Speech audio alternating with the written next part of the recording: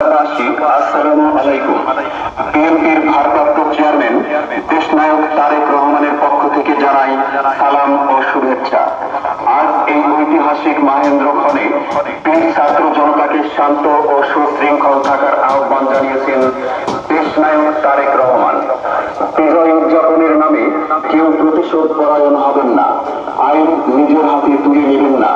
সনাতন ধর্মাবলম্বী সহ সংখ্যালঘু সম্প্রদায়ের ভাই বোনদের বাসা বাড়ি, ব্যবসা প্রতিষ্ঠান ও ধর্মীয় উপাসনালয়ের নিরাপত্তা রক্ষার্থে সদা সতর্ক থাকুন।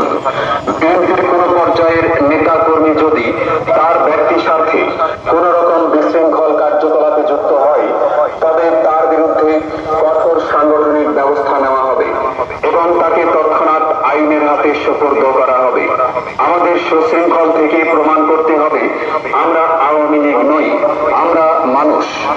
আসুন আমরা সকলে মিলে জনসমর্থিত তত্ত্বাবধায়ক সরকার গঠন করি, একটি নিরপেক্ষ নির্বাচনের মাধ্যমে আগামীর বৈষম্যহীন বাংলাদেশ গড়ি। প্রচারে রেজাউল করিম টুটুল, সদস্য সচিব, রাজশাহী জেলা যুবদল ও সাবেক সভাপতি, রাজশাহী জেলা ছাত্র দল।